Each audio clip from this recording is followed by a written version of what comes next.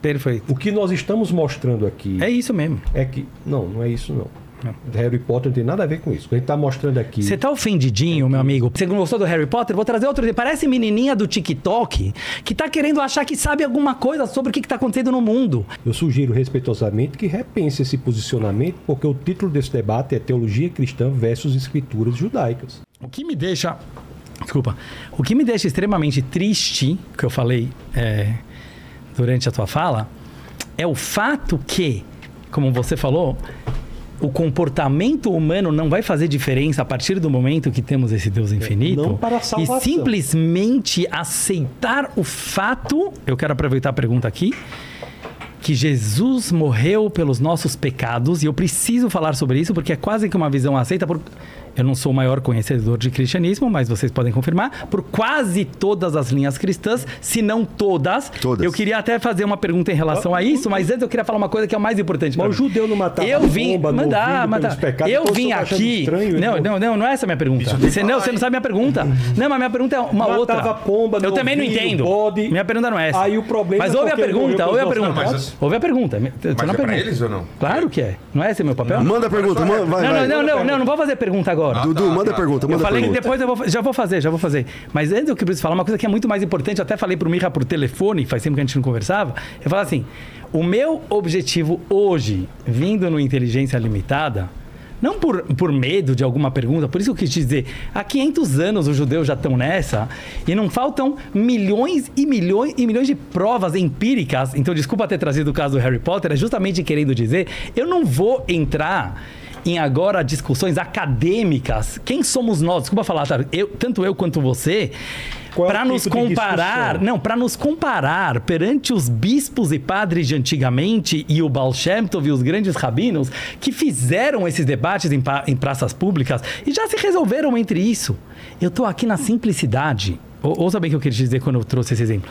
Para falar que existem coisas bonitas, existe você querer forçar os outros... Onde eu tenho que olhar? O tempo. É o tempo, São 5 minutos? 3. Não, 3. Ah, tá bom. Então eu vou terminar. Forçar a humanidade... Não, o Micha vai falar a próxima. Não, já foi. O Dudu falou. Vamos lá. O tempo é de vocês dois, mano. Ele tá tomando todo o tempo. Mas agora a nossa pergunta. fazer a pergunta, isso agora... Não, a gente tem que fazer a pergunta. Agora é a pergunta deles. O tempo é inexorável, ele é austero, né? Você responde, então. Você quer fazer a pergunta, professor? Eu quero fazer. Vamos lá.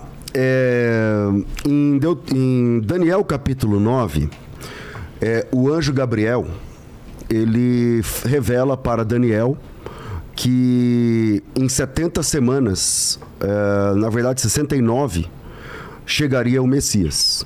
E ele dá um prazo para a chegada do Mashiach. Ele diz o seguinte, desde a saída da ordem para edificar Jerusalém até o Messias, o Nagid, né, ali no hebraico, o príncipe, 7 semanas mais 62. Vou fazer uma piada. Quem dera que os judeus soubessem a Bíblia hebraica, quantos evangélicos sabem? Não sabem, não. Não sabem. Talvez a massa... Você sabe que não. Não, é uma coisa boa. Agora vem você pra cá, Dudu. Agora vem você pra cá. Vem você pra cá. Não é, que não tem uma briga. Isso eu tô querendo mostrar desde o começo. Não, isso é verdade. É verdade ou não? Vocês sabem melhor. Sim. Agora vamos lá. Os versículos. O texto diz o seguinte, Daniel capítulo 9, versículo 25, ele fala o seguinte, isso é uma revelação do anjo Gabriel para Daniel, falando sobre a chegada do Mashiach, do Messias, né? Vou falar em português aqui, Messias. Isso. E ele diz o seguinte, sabe e entende, desde a saída da ordem para restaurar e edificar Jerusalém até o ungido, que também é o Nagid, né? Também é o príncipe, 7 semanas mais 62 semanas. Quer dizer, ele dá uma data, ele dá um prazo para a chegada do Mashiach. Esse prazo se cumpre perfeitamente na chegada de Jesus. Perfeitamente. Vocês podem discordar à vontade, mas eu posso dar aqui números, porque na história, a ordem da saída para restaurar e edificar Jerusalém foi em 445, antes de Cristo.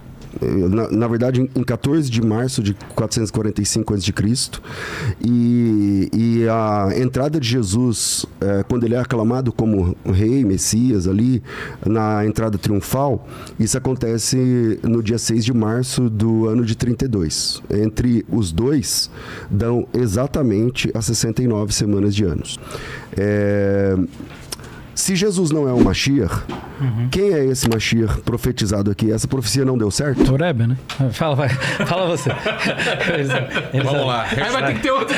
Outro debate. Ainda tem um minuto, né? Tem um debate entre eles agora. Ele que vai decidir. Você que vai responder. Eu ainda tenho um minuto. Deixa eu só completar. Vou tirar que tá ficando calor. Eu só quero... Quer que esfria mais? Eu vou tirar. Pode? Ei, que é isso, Não pode gente? tirar, não pode tirar aqui. Pode, mas... Esquentou aqui. Gente... Tá estreito pros rabinos. Vai, Tassos. Vai. Eu sou o que menos falei até agora. Você vai ser o próximo a falar. Quero só aproveitar para Acho que eles estão tendo mais tempo ali. dizer que para nós, algo que o Rabino Mirra falou, aproveitando esse último minuto, só para deixar claro nosso posicionamento, para nós, Deus é espírito. Só deixar isso claro. Não, Deus tem é mais espírito. E outra coisa que você falou, que com todo respeito eu acho que não procede, é que o ilimitado não pode se tornar limitado. O que não pode é o contrário, Mirra. O limitado é que não pode se tornar ilimitado, o contrário pode.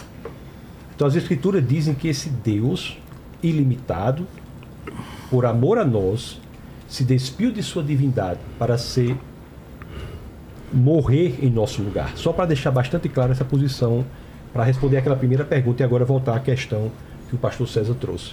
Bora lá.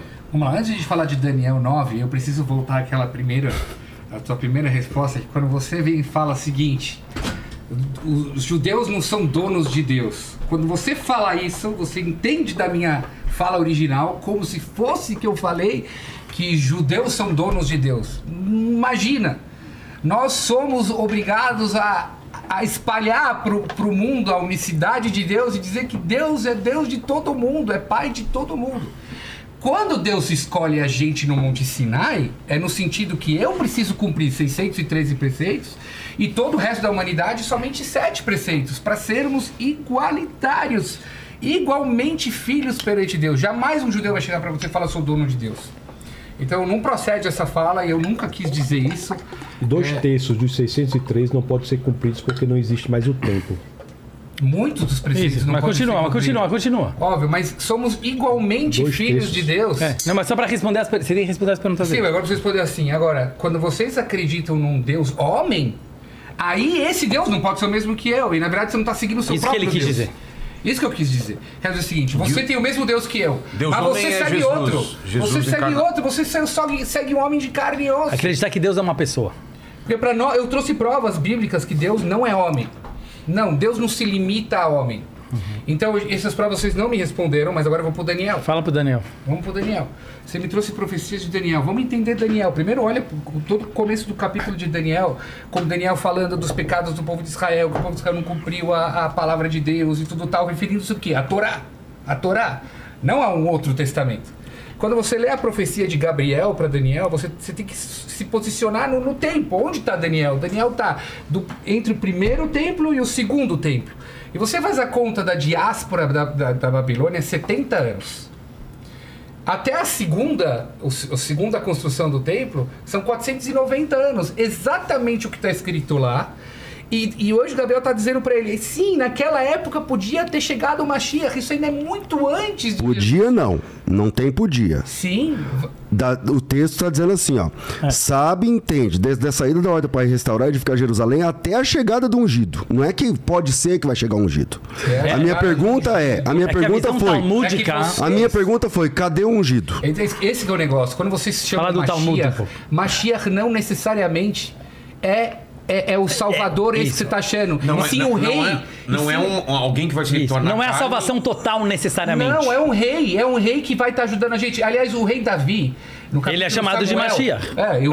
A tradução de Messias é o ungido. Todo rei de Israel era ungido. O rei Davi já chamava Saul o Mashiach o tempo todo. Koresh é chamado de Mashiach em Isaías.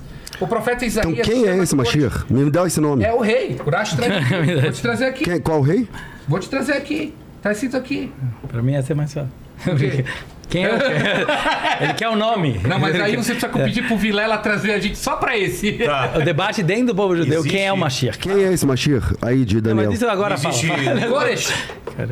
Eu tô te adiantando. Koresh. Koresh. Koresh é chamado de Mashiach em Isaías já. Quem que é? E ele foi morto? Essa é a tradução literal. Foi, Ele foi morto pelas pessoas? foi. Morreu. Koresh morreu. Não. Todo mundo morre, ô, Mirra. Ele foi morto como? Não sei como Koresh morreu. Quem que é Coras? Koresh era... Koresh é o Como fala em cara português? É... Ciro Ciro. Ah. Então. foi o cara que impulsionou a construção do templo.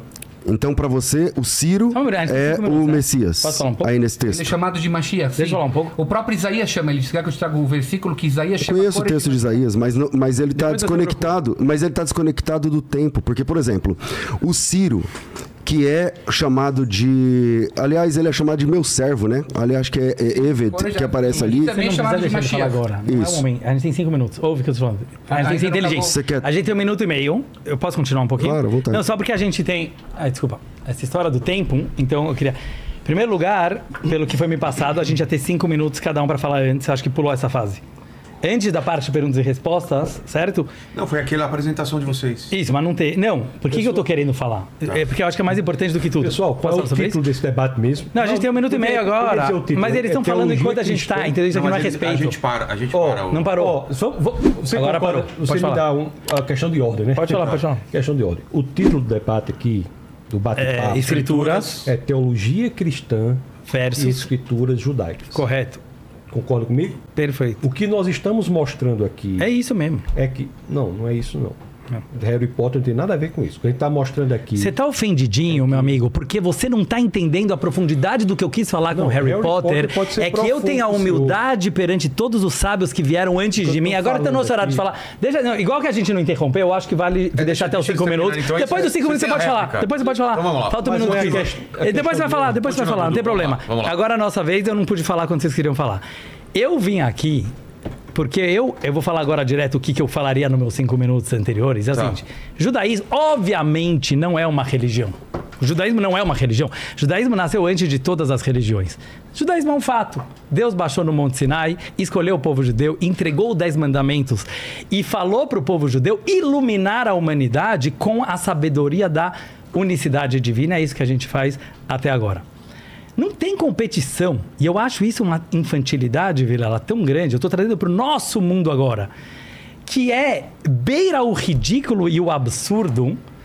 Eu e o Mirra, com todo respeito aos nossos queridos colegas, acharem que 500 anos depois, que os maiores rabinos, cabalistas e sábios, com bispos e padres daquela época, já fizeram todos esses debates e já responderam tudo o que vocês quiserem perguntar, e ainda mais a níveis intelectuais que a gente não consegue entender. Então, para mim, segundo gostou do Harry Potter, vou trazer outro. Parece menininha do TikTok que tá querendo achar que sabe alguma coisa sobre o que tá acontecendo no mundo. Isso é uma infantilidade, Vilela, e uma arrogância de um nível que não cabe aqui. Então, eu quero finalizar dizendo que é o seguinte: eu acho que o nosso objetivo como pessoas de bem. Eu vou falar, não foi me cortado 15 segundos enquanto ainda estava correndo o tempo, eu vou falar. Como pessoas de bem, ter a humildade de saber que nós estamos num mundo que hoje em dia está uma bagunça, está criminoso, está agressivo. Em vez da gente se juntar e da gente se unir com valores reais e verdadeiros como amor, unicidade de Deus, como união da família, como valores e princípios. E eu falo isso aqui para dentro da própria religião cristã, que eu vejo pessoas se matando, evangélicos com católicos. Desculpa falar, eu não vou falar palavrão aqui, mas ferre-se. Ou seja, vocês estão brigando por uma vírgula. Você acha que Jesus está aí para isso? E eu vou finalizar essa minha fala, depois eu nem preciso falar mais. Uma vez chegou um cara que falou para o Rabino, eu tenho um grande problema. O meu filho, um judeu, é uma história verídica. Falou, Rabino, o meu filho foi para o cristianismo e se converteu para o cristianismo. Não tem coisa pior, né, para um judeu que poderia acontecer do que isso. Aí o Rabino falou, vem aqui no canto que eu vou te falar a verdade. Eu também, ninguém sabe da comunidade. O Rabino falou, eu tenho um filho que também se converteu para o cristianismo. Na hora que Deus viu os dois batendo papo, Deus apareceu e falou, vem aqui que eu quero te contar um segredo. Quem entendeu, entendeu. Eu também tenho um filho que se converteu. Jesus era judeu. Ele era igual eu e o Micha aqui brigando. Ele era um rabino que estava lá, revolucionário. E ele era foda, desculpa a palavrão agora, na minha opinião, no sentido que ele trouxe os valores principais do judaísmo, como amor ao próximo, que ninguém tinha. Como família, que ninguém tinha. Como monoteísmo, que ninguém tinha. Como união da humanidade. Melhorar o mundo para uma era melhor. E ele trouxe isso para as outras nações. Isso foi algo fantástico. E eu li isso em livros de Cabala, não sou eu que estou inventando aqui. As religiões que foram criadas em cima de Jesus, que são todas as vertentes... Não, vocês vão ter 2 minutos. Eu falei, não precisa nem mais falar. Que são todas as vertentes cristãs em cima disso, que infelizmente... certo? Assim como tem vertentes judaicas e muçulmanas e budistas, que mataram pessoas por não falar a mesma frase que o cara estava falando. É de uma vergonha tão grande, que eu tenho certeza absoluta que Jesus não queria isso. E para mim ele foi um cara fantástico. Ele não foi Deus porque nenhum ser humano pode ser Deus. E não faz a mínima diferença. Agora, a união... isso pode trazer mensagem para os nossos seguidores do Vilela positivas. Agora, ficar querendo trazer frases bíblicas que pessoas infinitas... é igual vocês discutir a teoria da relatividade com Albert Einstein. Tem que se esconder de vergonha de tentar fazer uma coisa dessa. A gente traz frases bíblicas porque o debate é sobre a Bíblia.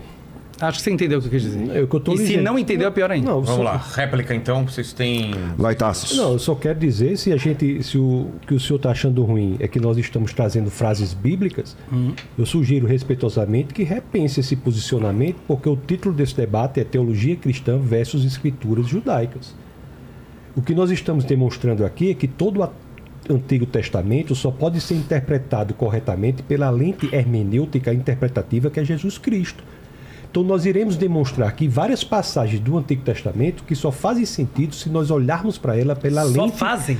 Senhor, por favor, respeite. É que eu não entendi a frase. Não, o senhor respeite. Tá eu não estou interrompendo o senhor. Não, é verdade. Eu só vou falar depois. Não, o senhor disse que eu tinha que esperar porque o senhor nunca mais falou. Não conseguiu esperar 20 segundos. Vamos lá. Verdade. Vamos não lá. é verdade? Assim, Apesar que eu fui interrompido. Não, o senhor quer falar no meu tempo? Pode falar. Eu fui interrompido por 1 minuto durante o meu tempo, aí foi a primeira vez que eu descobri que podia parar o tempo. Então vá, desconte 1 minuto, fale se o senhor Não acha... precisa. Não Depois precisa. eu falo. Então, Eu falo no final. Agradeço. Vou fazer uma coisa depois, eu vou deixar cada um falar 5 minutos livremente. Fiquem tranquilos. Seria mesmo. Não, eu não tenho problema. Só quero dizer assim, que se você olhar, por exemplo, a queda, você vê Gênesis capítulo 3, no verso 21, existe uma passagem ali, me desculpe eu ter que fazer referência às escrituras, porque eu tenho a impressão que o debate é sobre isso e vou ter que fazê-lo. Então, Gênesis 3, no capítulo 21, fala que na queda Deus chegou e vestiu Adão e Eva com pele, com roupas de pele. Então, para nós entendermos isso efetivamente, dá sentido profundo, belo e magnífico essa passagem que aparentemente é simples, nós temos que entender aí que isso já é uma demonstração do que vai ser necessário fazer no sacrifício. Houve aí um sacrifício animal, já que as peles não eram artificiais, mas naturais. Se nós formos para Levítico 16, por exemplo, que fala do sacerdote, nós vemos uma relação ali que é vista de maneira plena, bela e perfeita, se nós olharmos pela lente interpretativa que é Jesus Cristo. Porque você vê o sacerdote, ele andava novamente com roupas com opulência muito grande, roupas muito belas, com 12 pedras preciosas, cada uma representando uma das tribos, mas no dia específico da expiação, que era só um dia por ano, esse sacerdote se despia dessas roupas perfeitas e vestia uma roupa que um servo, um escravo vestia. E o sacerdote vai ali fazer exatamente o que Jesus de Nazaré, que é o Deus infinito, perfeito, faz. Se despe de sua magnificência para vir encarnar e habitar entre nós. Outra coisa, eu tenho que deixar bastante claro, o cristianismo não é uma religião que nasceu depois do judaísmo, no sentido de que, de acordo com João capítulo 1, verso 1, combinado com João capítulo 1, verso 14, Jesus de Nazaré é o Logos, que precede, inclusive, a criação do próprio tempo. Então, na cosmovisão do cristianismo, o cristianismo não é um movimento histórico apenas, mas é um movimento metafísico. de desvelamento da realidade primeira.